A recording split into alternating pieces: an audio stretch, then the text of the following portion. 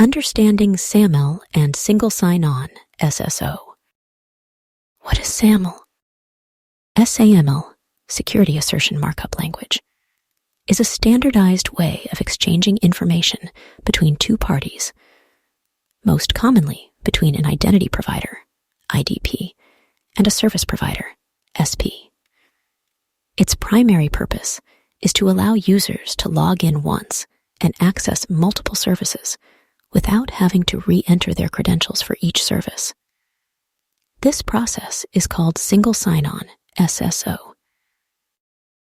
In SAML, information about the user, like their identity and attributes, is exchanged in the form of a SAML assertion, which is a message that contains information the service provider needs to allow the user to access the service. How does SAML work? Step by step. User requests. Access. The user tries to access a service, like their company email or an online application. Service provider requests. Authentication. The service provider, SP, which is the application the user wants to use, asks the identity provider, IDP, to authenticate the user. Identity provider authenticates the user. The identity provider is the system that holds the user's credentials, like Google, Facebook, or a company's authentication system. The IDP checks if the user is who they say they are, usually by asking for a username and password. SAML assertion is sent. If the user is successfully authenticated, the IDP creates a SAML assertion that includes information about the user. This assertion is sent to the service provider. Access is granted. The service provider validates the SAML assertion, checks that it's valid and authentic, and then grants access to the user, allowing them to use the service. Real-life example. Think of a hotel stay. Imagine you're staying at a hotel that has multiple services, like access to a gym, a pool, and a restaurant. Instead of carrying a key for each service, the hotel gives you one master key that works for everything. Here's how it works with SAML. Identity provider, the hotel reception where you check in, verifying your identity. Service providers, the gym, pool, and restaurant that you want to access. SAML, assertion. The hotel receptionist gives you a key card with your information. This is like the SAML assertion. This key proves you've checked in and are allowed to use the services. Access.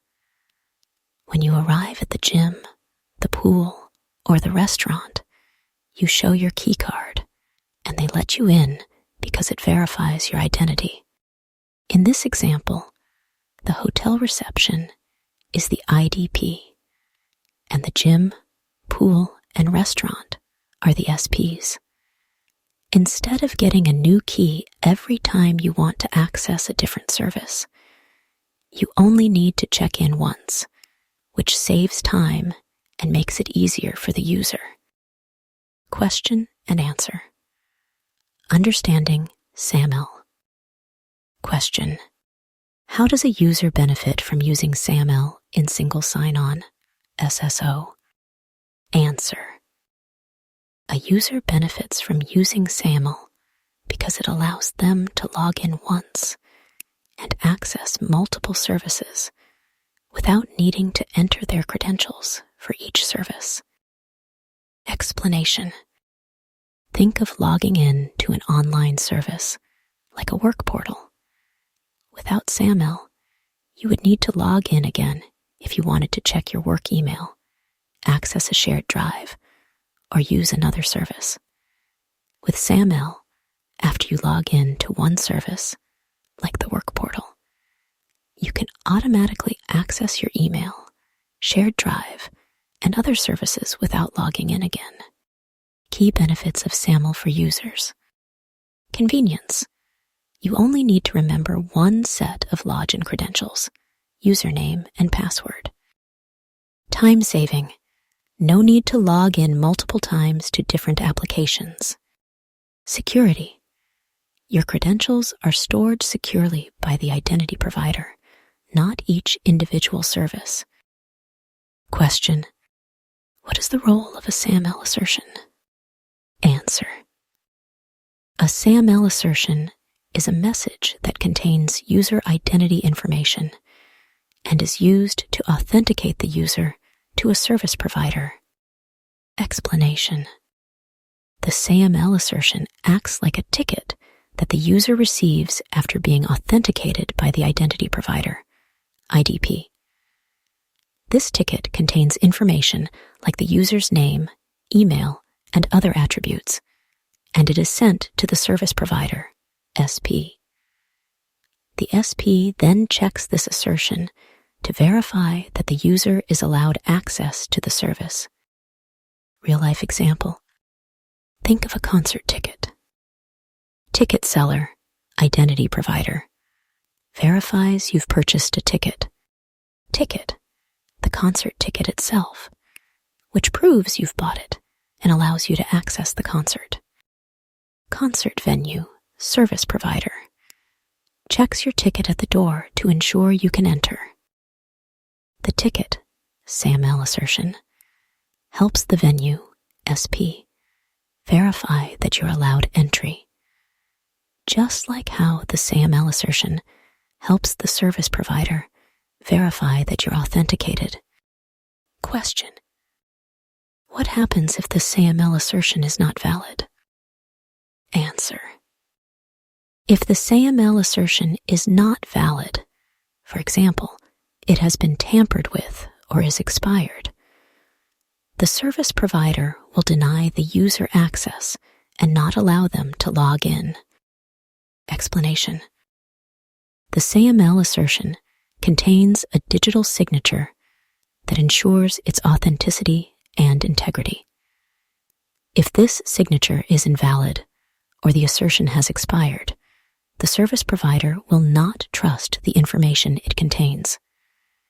The user will then be asked to log in again, or the service provider will deny access altogether. Real-life example. If you try to enter the concert with a fake or expired ticket, the venue won't allow you to enter because the ticket is invalid. Similarly, the service provider checks the SAML assertion for validity before granting access. Recap. SAML is used for single sign-on, SSO, to make logging into multiple services easier. Identity providers, IDP, authenticate the user.